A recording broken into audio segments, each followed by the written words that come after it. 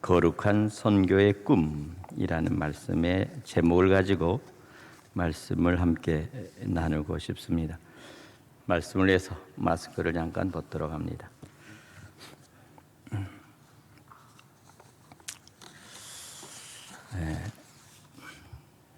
어제는 아펜젤라 선교사님 순직 120주년 추모 예배가 서천에 있는 동백정교회에서 있었습니다.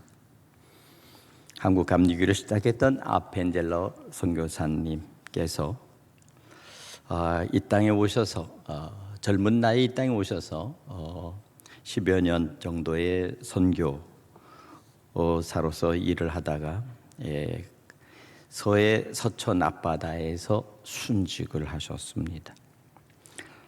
목포에 있는 성서 번역을 위한 선교사 모임에 참석하기 위해서 인천 제물포에서 배를 타고 가던 중 서천 앞바다에서 배가 충돌하는 바람에 결국 침몰하였고, 자기의 구명조끼를 어린 소녀에게 입히고 그곳에서 순직하셨습니다. 바로 그 순직한 때로부터 지금 120주년이 되죠. 한국 감리교회가 지금 132년, 133년이 되는 지금 그러한 역사 속에서 정말 조기의 감리교를 위한 이 선교, 우리 아펜젤라 선교사님이 하셨던 일들은 정말 아주 큰, 우리 민족의 큰 하나의 획을 긋는 일들을 하셨습니다. 조기 감리교회 선교사들이 들어와서 연세 세브란스 병원을 설립하였고, 그리고 배제학당, 또 이화여고, 이화학당, 한국의 초창기에 있어서의 교육과 그리고 의료를 담당하는 이 일을 우리 감리교회가 담당을 했던 것입니다. 이와 같은 선교사들의 노력과 수고를 통해서 민족이 비로소 눈을 뜨게 됐다는 것입니다. 무지했던 사람들, 아무것도 모르고 정말 낯 놓고 기억자도 몰랐던 그런 사람들이 비로소 이제 서양의 선교사들을 통해서 성경을 읽게 되고, 또 성경을 번역한 그 성경 번역들을 가지고 이제 전국 방방곡곡으로 이제 이 성경 매서인들이 가서 성경을 저들에게 팔고 또 나눠주고, 이렇게 하면서 이제 업문을 모든 사람들이 읽히게 됐다는 것이죠. 선교사님이 들어왔던 조선의 그 땅들은 이미 전체 한 5%의 양반 계급과 95%의 천민과 그리고 노비 계급들이 사는 그런 왕정 국가였습니다. 그와 같은 왕정 국가 속에서 일반인들이나 모든 백성들은 사실 별로 글을 읽고 해독하는 그런 어떤 능력이 없었어요. 그러나 선교사들이 이제 번역한 이 업문어된 이 복음서, 쪽복음을 가지고 저들은 복음서를 읽고 말씀을 듣고 또 은혜를 받고, 그러면서 또 성령 체험하고 병 고치고 귀신을 내쫓고, 정말 그러면서 놀라운 하나의 변화가 시작이 되었던 거죠. 이와 같은 일들이 이 선교사를 통해서 나타나기 시작했습니다. 저희 교회는 이제 7월 첫 주가 되면 우리 교회의 선교사 한 분을 또 태국에 파송하기 위해서 지금 준비하고 있습니다.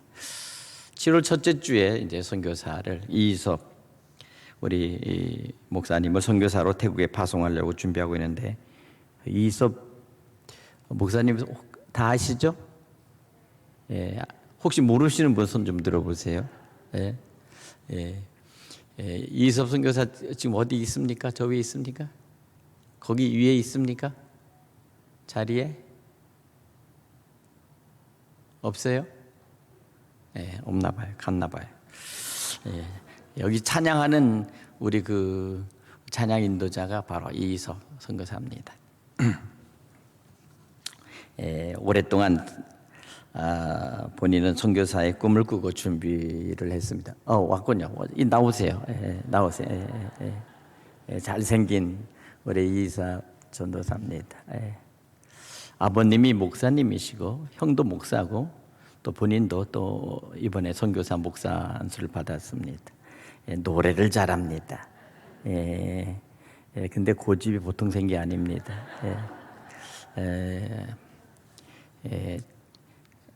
뭐 그렇지만 어디 가든지 이제 선교하는 데 있어서는 본인의 꿈입니다. 처음에 우리 교회 왔을 때 선교사 한다고 와서 내가 안 된다고 가라고 그랬어요.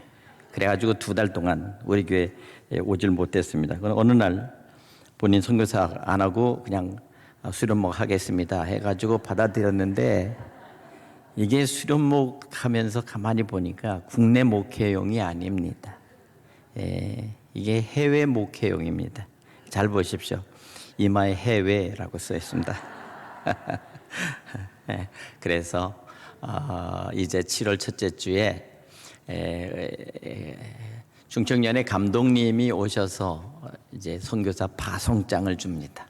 파송기를 낭독하고 또 본부 선교국에는 오일영 총무님이 오셔서 격려사를 하면서 7월 첫째 주 3부 예배 때 우리가 파송 예배를 드리려고 하는데, 우리 이섭 선교사를 위해서 기도 많이 해주시고, 다음 주에는 이 선교사를 위해서 특별 헌금을 한번 해야 되겠다는 생각이 듭니다. 그래서 이렇게 앞에다 세우는 겁니다. 이 어린 양입니다. 선교사로 어린 양. 그러니까 이제 이 양을 잡아야 되는데 어떻게 잡아야 될지 모르겠지만 주님이 잡으실 겁니다. 자, 어쨌든 선교 잘할 수 있도록 하기도 본인이 노력하고 있고요. 한국어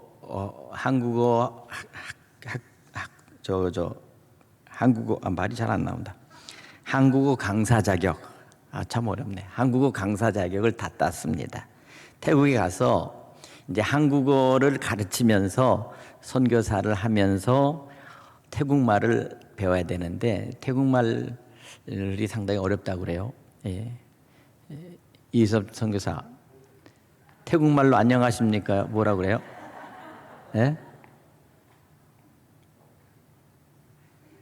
아직 못해. 아직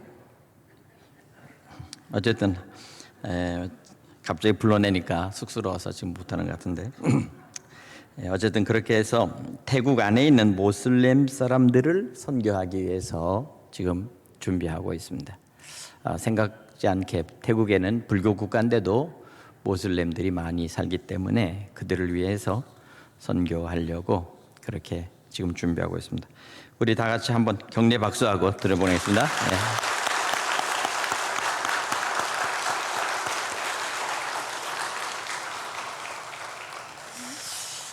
제가 특별히 앞으로 세운 것은 7월 첫 주에 갑자기 선교사 파송 예배 드린다고 그렇게 하고서 예배 드리는 것보다는 미리 여러분들에게 인사를 시켜야 되겠다 하는 그런 생각이 들었고요.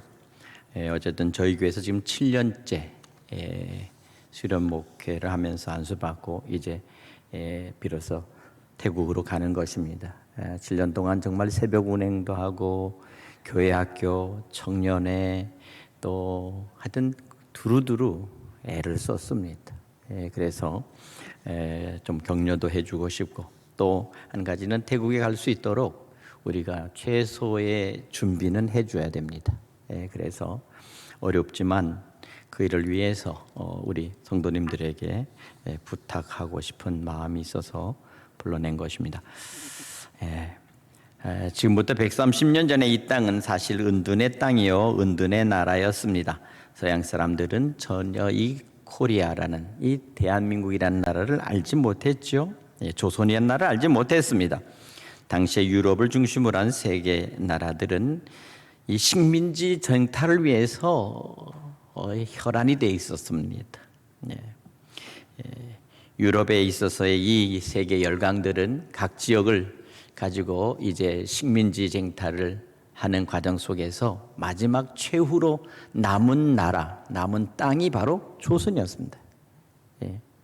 이미 1700년대, 1800년대에 이미 아프리카는 노예선들이 들어가서 이미 수없이 많은 아프리카에 있는 모든 자원과 함께 흑인들을 노예로 정말 팔았던 그런 역사가 있죠. 이 아주 역사 속에서 흑역사입니다. 그러니까 이와 같은 상태에서 이미 영국 같은 나라는 이미 홍콩과 그리고 모로코 이런 데를 갔다가 이제 중국으로부터 빼앗아서 그곳을 자기들의 그 조차지로 이렇게 만들어서 점령했던 바로 그런 역사가 1800년대에 있었습니다. 1890년, 1880년 이 나라는 아주 그러니까 역사적으로 아주 소용돌이를 쳤던 때가 바로 그때입니다. 고종 황제, 고종이 임금으로서 마지막 고종 다음에 순종까지 이어졌지만 그러나 어쨌든 역사적으로 볼 때 정말 마지막 이 대한제국이 가장 위태로울 때였습니다. 결국 이 땅에서 두 번의 전쟁이 있었죠. 청나라에게 지켜달라고 청나라 군대가 들어오니까 일본도 자기 군대를 이 땅에 들어와서 그래서 양쪽 청나라와 일본이 결국 이 땅에서 전쟁을 벌였습니다. 정일전쟁입니다. 멀지 않는 이 안성천에서 전쟁을 해서 그래서 청나라가 대패를 하고 수천 명의 군인이 전사하고 그리고 청나라로 쫓겨갔죠. 고종 황제는 이 대한제국을 유일하게 마지막 지켜줄 수 있는 나라를 선택했을 때 그 나라가 바로 러시아였습니다. 러시아로 공사관으로 들어간 공중 그러니까 아간 파천이라고 하는 것이죠. 일본 군대가 경복궁을 둘러싸니까 몰래 빠져나와서 러시아 공사관으로 피난을 간 겁니다. 그리고 나서는 전권대사로 민씨 일가의 민영익을 세워서 러시아로 결국 정권 특사로 보내서 우리를 구원해달라, 조선을 구원해달라 이렇게 해서 그들에게 요청한 것이 러시아 황제에게 러시아 군대를 파송해주고 러시아에 있는 군사 고문단을 파송해주고 그리고 돈을 빌려달라 이런 뭐 여러 가지 사항을 해서 했던 것이 바로 고종이었습니다. 결국에는 그 일로 인해서 결국 러시아로 결국 쏠리는 이 민씨 정권 그 정권을 갖다가 결국 어떻게 합니까? 일본이 알아차렸습니다. 그리고 나서는 민씨 정권의 가장 우두머리였던 그러한 고종의 부인이었던 민비를 결국 시해하는 이와 같은 만행을 저지른 것입니다. 그래서 민씨 세력을 꺾으려고 그랬죠. 그 사이에 사실은 선교사들이 다 들어와 있었습니다. 캐나다, 호주, 미국 이 선교사들이 한국에 들어와서 그들이 복음을 전하고 그리고 그 복음을 전하는 그 일이 1940년까지 계속되었습니다. 미국에 있는 선교사와 호주에 있는 선교사, 이 개신교 선교사들이 1940년까지 이 나라에 복음을 전하다가 1940년에 일본에 의해서 다 추방이 됐습니다. 일본이 이제 전쟁 준비를 위해서 미국과 전쟁 준비를 위해서 이제 저들이 준비하고 결국 태평양 전쟁이 일어났죠. 그 후에 일본이 결국 원자탄을 맞고 항복했습니다. 그리고 1945년에 다시 선교사들이 5년 후에 다시 들어왔습니다. 한 가지 그때 1940년까지 선교사들이 이 땅에 남아서 그들이 하는 일들은 놀랍게도 복음을 전할 뿐만 아니라 그 복음을 전하는 속에서 그들은 학교와 그리고 병원을 계속하면서 계몽운동을 했습니다. 개신교에 있는 모든 교회들이 이제 계몽운동과 함께 독립운동의 하나의 그런 거점이 된 거죠. 그렇게 함으로 인해서 결국 이제 복음이 확산되기 시작했습니다. 유일하게 꿈은 하나님의 나라가 임재하는 그러한 때를 기다리면서 있었는데 놀랍게도 해방이 된 것입니다. 그리고 나서는 이승만 대통령이 이제 이승만 정권이 자유민주주의라고 하는 이것을 가지고 있으면서 다시 교회와 함께 민주주의가 시작된 것입니다. 이것이 바로 이 남한에 있는 이 모습들입니다. 한 가지 놀라운 사실은요, 1900년도에 그 일시조선이 망하면서 양반 계급이 결국은 다 몰락해버리고 말았습니다. 예전에 있었던 그 양반과 상민이라고 하는 그런 계급 사회가 이제는 완전히 신분이 철폐되어 버렸고, 이제는 자유민주주의 안에서 시민사회로 완전히 바뀌어버린 거예요. 이것이 바로 오늘 우리에게 주어진 이 복음의 능력이 바로 이와 같이 민중들에게, 국민들에게 영향력을 미쳤다는 것입니다. 인권에 영향력을 미쳤습니다. 교육에 영향력을 미쳤습니다. 더 나아가서 정치와 사회 모든 기반에 영향력을 미친 것입니다. 복음은 어느 사회든지 들어가면 복음은 그 사회를 변화시키고, 더 나아가서 그 모든 신분과 함께 인권을 변화시킨다는 겁니다. 신분의 제약이 없어진다는 겁니다. 저는 이 선교라고 하는 것은 바로 이와 같은 역사를 나타내는데, 오늘 본문 로마서 15장에 있는 말씀을 통해서 사도 바울이 지금 선교를 하는 선교의 지향점이 있습니다. 그것은 뭐냐면, 선교가 사도 바울이 선교를 할 때, 이 로마서를 쓰는 때에는 사도 바울이 아직 로마에 들어가지 못했던 때입니다. 1차 선교 여행이 끝나고 이제 2차 선교 여행을 통해서 복음을 전하면서 이제 로마로 들어가서 어떻게 복음을 전해야 될 것인가에 대해서 지금 오늘 기록하고 있는데, 이제 2차 선교대를 마치면서 각 선교지에서 예루살렘 교회의 그 가난한 사람들을 위해서 저들이 연보를 해줬습니다. 오늘날 말하면 구제헌금을 해준 겁니다. 당시에 예루살렘이 기근과 함께 굉장히 어려운 지경에 빠져 있을 때 이 사실을 알고 유대인들이, 또 유대교의 교인들이, 또 교회들, 초대교인들이 헌금을 해서 이 헌금을 가지고 이제 다시 예루살렘으로 돌아가서 이 헌금을 전하고 이제 다시 이제 로마로 가서 사도 바울은 서바나, 지금으로 하면 스페인입니다. 스페인까지 지금 가겠다고 오늘 본문에 이렇게 지금 편지를 한 것입니다. 오늘 본문이 바로 그 내용이죠. 사도 바울이 원하는 것은, 그의 최종적인 것은 바로 서바나였습니다. 지금으로 말하면 스페인이죠. 당시에, 예수님 당시에 로마 제국에 있어서의 땅끝이 어딜까? 바로 땅끝이 바로 서바나였습니다. 그들이 동쪽에서부터 서쪽으로 가면 마지막 그 스페인이 있고, 그 다음에는 영국 섬나라가 있죠. 바로 거기 끝까지. 그러니까 초대교회에 있어서 성도들에게 주님께서 말씀하신 것처럼 예루살렘과 유다와 사마리아와 땅끝까지 이르러 너희는 내 증인이 되라 하신 말씀 속에서 저들은 이제 마지막 서바나를 땅끝으로 열기고, 사도 바울도 그것을 알고 오늘 서바나로 가기를 원했던 것입니다.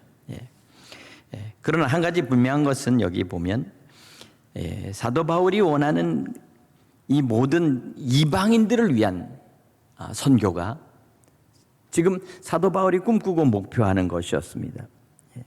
유대인들이 원하는 것은, 유대교회가 원하는 모세의 교는 율법을 가진 유대인들은 오직 유대인들만 구원받고 유대인들만 선택받고 선민의 의식을 갖고 자기만의 구원이라고 생각했지만, 그러나 우리 주님께서는 모든 열방을 구원을 시켜라.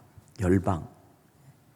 그래서 오늘 여기 로마서 15장에 있는 말씀을 보면 9절부터 보면 열방이라는 말이 계속 나옵니다. 9절부터 12절까지 말씀을 잠깐 보겠습니다. 15장 9절 보면 한번 읽겠습니다. 시작. 이방인들도 그 긍휼하심으로 말미암아 하나님께 영광을 돌리게 하려 하심이라 기록된 바. 그러므로 내가 열방 중에서 주께 감사하고 주의 이름을 찬송하리로라 함과 같으니라. 아멘. 자, 이방인들, 열방에 퍼져 있는 이방인들, 유대인이 아닌 모든 사람들을 유대인들은 이방인이라고 생각했죠. 이방인이라고 생각한 이들이 복음을 받아들일 수 있도록 하나님이 계획하셨다는 겁니다.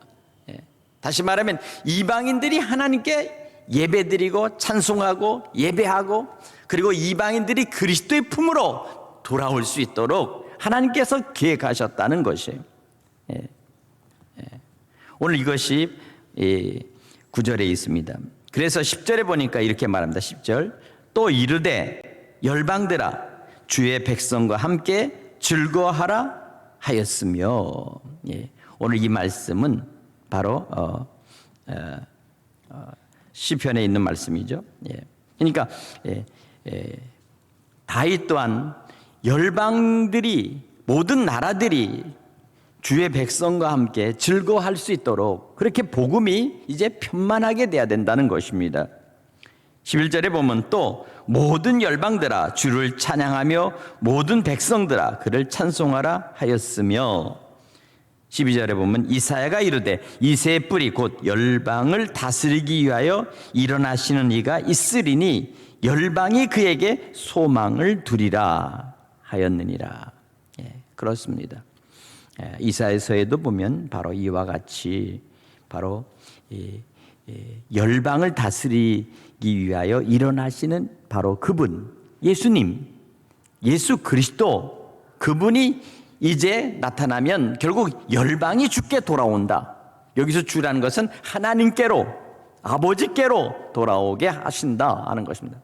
그러니까 예수님은 이 땅에 오셨을 때 이스라엘을 구원할 뿐만 아니라 모든 열방을 구원하시기 위해서 주님은 이 땅에, 예수님은 이 땅에 오신 분이라는 사실을 성경이 이렇게 계속 강조하고 있는 겁니다. 사도 바울은 왜 그러면 이 열방들아라는 말을 계속 사용할까요? 오늘 여기 보면 로마서 15장 이 말씀을 통해서 보면 모든 열방들이 선교의 대상일 뿐만 아니라 이제 앞으로 주님께로 돌아와야 되는 나라들이라는 사실을 분명히 하고 있습니다. 지금 세계에는 약 12,2,000개의 부족이 아직도 복음을 접하지 않고 있는 부족이라고 합니다. 제가 얼마 전에 필리핀을 가보니까 필리핀에 보면 아직도 그 산족들이나 아니면 그 지역적으로 저 시골로 들어가면 보통 보면 어떤 때는 2사람 이상의 이제 통역을 할 수 있는 그런 사람을 데리고 들어가야 됩니다. 필리핀 사람들 중에서도 2사람을 통역할 수 있도록. 그러니까 그만큼 복음이 아직도 들어가지 못한 수없이 많은 부족과 또한 그런 그 장소가 있는 거예요. 이것이 무려 12,000곳이나 된다고 합니다. 태국도 역시 가보면 마찬가지죠. 저 안에 있는 산족들은 전혀 대화가 통하지 않을 뿐더러 그 자체 안에서 복음을 접하지 않고 복음을 접해본 적도 없고 예수를 알지도 못한 채 그렇게 살아가는 사람들이 너무 많습니다. 그러니까 지금 너 복음의 사각지대와 함께 복음이 전해지지 않는 그런 땅과 그러한 사람들이, 그러한 부족들이 지금 동남아시아나 그 밖에 여러 부족들 보면 수없이 많다는 거예요. 뿐만 아니라 지금 세계는 무슬림으로 되어 있는 그런 종교국과 함께 또한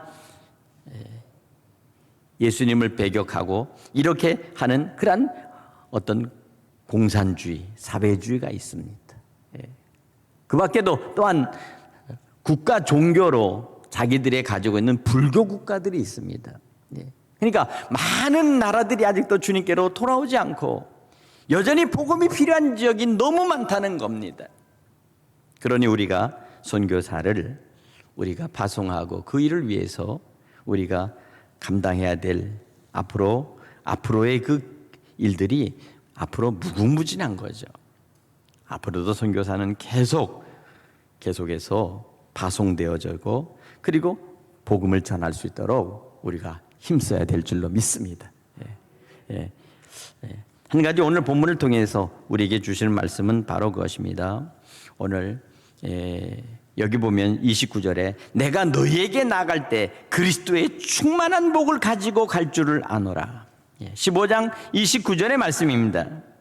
사도 바울이 가는 곳에서는 언제나 그리스도의 충만한 복입니다. 오늘 이 땅에 우리가 130년 전에 이 땅에 선교사들이 들어왔고, 그리고 오늘 우리에게 주신 이 복음은 이 나라를 변화시키고, 그리고 이제 우리가 이 복음을 가지고 다른 민족에게 또 다른 나라에게 열방의 복음을 증거하는 그러한 증거하는 나라로 지금 우리가 변화돼 가고 있습니다. 저는 이것을 분명히 생각하면서 정말 그리스도를 영접하고 그리스도 안에서 복음을 받아들인 나라들은 여기 본문에 있는 것처럼 이 충만한 복을 받을 수 있다. 할렐루야. 우리에게 주신 하나님의 은총과 축복을 우리만 누릴 것이 아니라 이제는 다른 세계 열방에도 우리는 복음을 증거해야 될 줄로 믿습니다. 오늘 다음 세대, 앞으로 미래 세대, 우리 젊은 세대들이 과연 이 복음을 어떻게 다른 열방의 복음을 전할 수 있을까? 바로 이것이 바로 앞으로 교회가 해결해야 될 과제요, 또한 다음 세대가 감당해야 될 일이라고 생각합니다. 하나님께서 왜 축복해 주시는가? 바로 그것은 다른 것이 아닙니다.